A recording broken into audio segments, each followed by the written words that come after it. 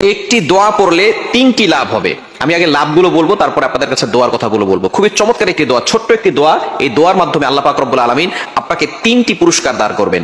এক নম্বর হচ্ছে আপনার দেহে আল্লাহ তাআলা শক্তি দান করবেন, আপনাকে শারীরিক সুস্থতা আল্লাহ পাক রব্বুল আলামিন দান করবেন।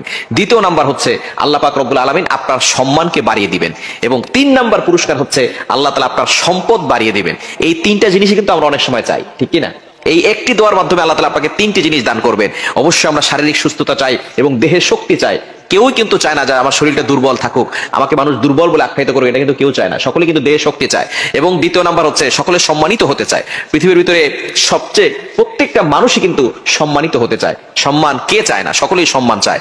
এবং তিন নাম্বার হচ্ছে সম্পদ, রিজিকের ভিতরে প্রশস্ততা যদি আপনি পেতে চান তাহলে অবশ্যই এই দোয়াটা বেশি বেশি করে পড়বেন। কারণ রিজিকের জন্য অনেক মানুষ চুরি করতেছে, রিজিকের জন্য অনেক মানুষ ডাকাতি করতেছে, রিজিকের জন্য অনেক মানুষ এই পেটের ক্ষুধা নিবারণ করার জন্য সুদ খাচ্ছে, ঘুষ খাচ্ছে, অন্যায় কাজ করতেছে, মানুষের মাল আত্মসাৎ করে খাচ্ছে, মানুষকে দুনিয়া থেকে বিদায় করে দিচ্ছে একমাত্র রিজিকের কারণে।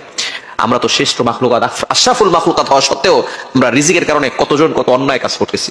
একটু চিন্তা করেন, ছোট্ট পাখিটাকে আল্লাহ তাআলা রিজিকের ব্যবস্থা করেন। ছোট্ট ছোট্ট পাখি আছে, আমরা টুনটুনি পাখি হিসেবে আখ্যায়িত করি, চড়ুই পাখি, কত ছোট পাখি। এই পাখিদেরকে আল্লাহ তাআলা রিজিকের ব্যবস্থা করেন। এর থেকেও ছোট ছোট প্রাণী আছে, ছোট্ট ছোট্ট পোকা আছে, এগুলো রিজিকও আল্লাহ তাআলা দিয়ে থাকেন। আবার বিশাল বড় বড় প্রাণীও রয়েছে।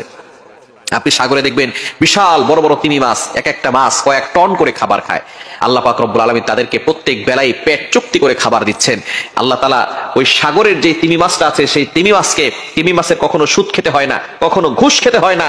আপনাকে কেন সুদ খেতে হয়? আপনাকে কেন ঘুষ খেতে হয়? আপনি তো আশরাফুল মাখলুকাত, আপনাকে কেন সুদ খেতে হবে? কেন অন্যের মাল অন্যভাবে আত্মসাৎ করে খেতে হবে? আপনাকে কেন মানুষকে কষ্ট দিয়ে তারপরে আপনার রিজিক নিয়ে আসতে হবে? রিজিকের ব্যবস্থা তো আল্লাহ তাআলা করবেন। সুতরাং আপনি আল্লাহর উপর ভরসা রাখেন, পরিশ্রম করেন, দেখবেন আল্লাহ তাআলা আপনাকে হালাল ভাবে রিজিকের ভিতরে বরকত দিবেন। সুতরাং এই দোয়াটা পড়বেন, আল্লাহুম্মা ইন্নী দাঈফুন ফাকওয়ানি ওয়া যালিলুন ফাইজ্জানি ওয়া ফাকীরুন ফারযুকনি। আল্লাহ তাআলার কাছে এই দোয়াটা পড়বেন, আল্লাহ তাআলা আপনাকে এক নাম্বার পুরস্কার দেহের শক্তি দিবেন, দ্বিতীয় নাম্বার পুরস্কার, দ্বিতীয় নাম্বার লাভ সেটা হচ্ছে আপনাকে আল্লাহ তাআলা সম্মানিত করবেন, এবং তৃতীয় নাম্বার লাভ হচ্ছে আল্লাহ পাক রব্বুল আলামিন আপনার সম্পদটাকে বাড়িয়ে দিবেন। আল্লাহুম্মা ইন্নী দাঈফুন ফাকওয়ানি। আপনি আল্লাহর কাছে দোয়া করতেছেন, হে আল্লাহ আমি দুর্বল, আমাকে তুমি শক্তির ব্যবস্থা করে দাও।